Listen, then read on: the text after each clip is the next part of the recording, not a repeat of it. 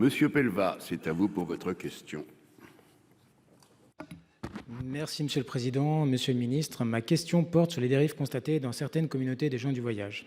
S'il est possible de vivre paisiblement avec la majorité de ses membres, tel n'est pas le cas avec certains groupes, en particulier dans mon département, la Haute-Savoie.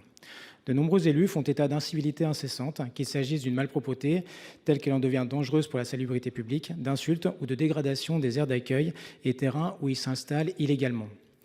De même, ils constatent des raccordements sauvages à l'eau ou à l'électricité, entraînant des risques d'inondation ou d'incendie, ce qui arrive d'ailleurs fréquemment.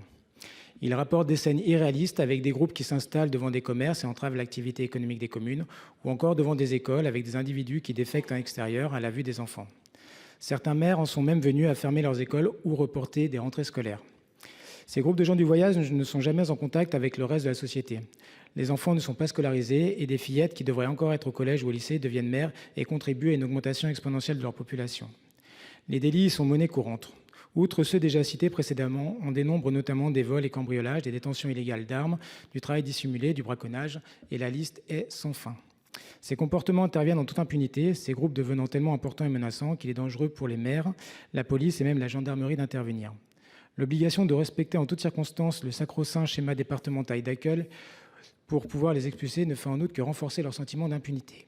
Ainsi, Monsieur le ministre, je souhaiterais savoir si vous considérez que de tels comportements respectent les principes de la République et s'ils ne peuvent pas s'apparenter à des dérives sectaires. La Miviludes a-t-elle déjà été saisie à ce sujet? Que comptez-vous faire pour mettre fin à cette situation? En particulier, envisagez-vous de permettre des dérogations à l'obligation de respect du schéma pour procéder à leur expulsion administrative lorsque l'ordre public est menacé? Merci. Merci, cher collègue. Monsieur le ministre. Merci, Monsieur le Président. Mesdames et Messieurs les sénateurs, Monsieur le sénateur Cyril Pelva. Le régime applicable en matière de stationnement des gens du voyage est prévu, vous le savez, par la loi du 5 juillet 2000 relative à l'accueil et à l'habitat des gens du voyage. Elle permet aux maires ou au président de l'EPCI ainsi qu'aux propriétaires ou aux titulaires d'un droit d'usage sur le terrain de demander au préfet de mettre en demeure les occupants de quitter les lieux. Cette mise en demeure n'est possible que si le stationnement viole les dispositions d'un arrêté interdisant le stationnement des résidences mobiles en dehors des aires et terrains dédiés. Par ailleurs, l'édiction d'un arrêté d'interdiction de stationnement, alors que même que la commune ou le PCI ne remplissent pas les prescriptions du schéma départemental d'accueil des gens du voyage, est autorisée par la loi, notamment lorsque le PCI a un emplacement provisoire agréé par le préfet. La loi du 7 novembre 2018 relative à l'accueil des gens du voyage a étendu le dispositif de l'amende forfaitaire au délit d'installation illicite et en réunion sur un terrain. Cette procédure a fait l'objet d'une expérimentation pour plusieurs parquets comme Créteil, Foix, Lille où à compter du 19 octobre 2021, l'expérimentation se poursuit ainsi que les travaux avec les services du ministère de la Justice pour examiner l'opportunité de sa généralisation. La commission des délits et incivilités citées par des personnes ayant un mode de vie itinérant ne constitue pas en soi une dérive sectaire.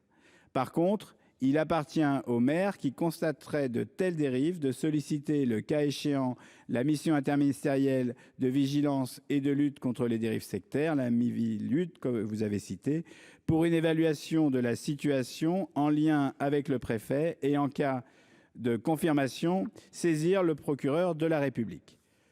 Concernant les délits dénoncés et les dangers potentiels encourus par les enfants, il revient aux élus de procéder à des signalements au procureur de la République ou aux cellules de recueil des informations préoccupantes organisées par les conseils départementaux. Je vous remercie. Merci, monsieur le ministre. Monsieur Pelva, vous pouvez poursuivre le débat. Merci, Monsieur le Ministre, pour ces informations. Bien sûr, c'est des informations que l'on connaît, mais la réalité des choses fait qu'il est très difficilement facile pour les collectivités d'appliquer et d'avoir des recours, parce que souvent ces recours ou ces arrêtés sont déjugés auprès du tribunal administratif. Et après, moi vraiment sur l'aspect sectaire, c'est vraiment le fait, on le dit, on constate sur le terrain qu'on a des filles de 12, 13 et 14 ans qui devraient être normalement scolarisées, qui ne le sont pas, avec des effets de bombe à retardement sur l'éducation et sur beaucoup de domaines. Et donc j'en ai eu l'occasion d'en parler avec le ministre de l'Éducation. On sait qu'il y a une difficulté là-dessus, et vraiment je vous demande d'intervenir sur ces thématiques-là. Merci.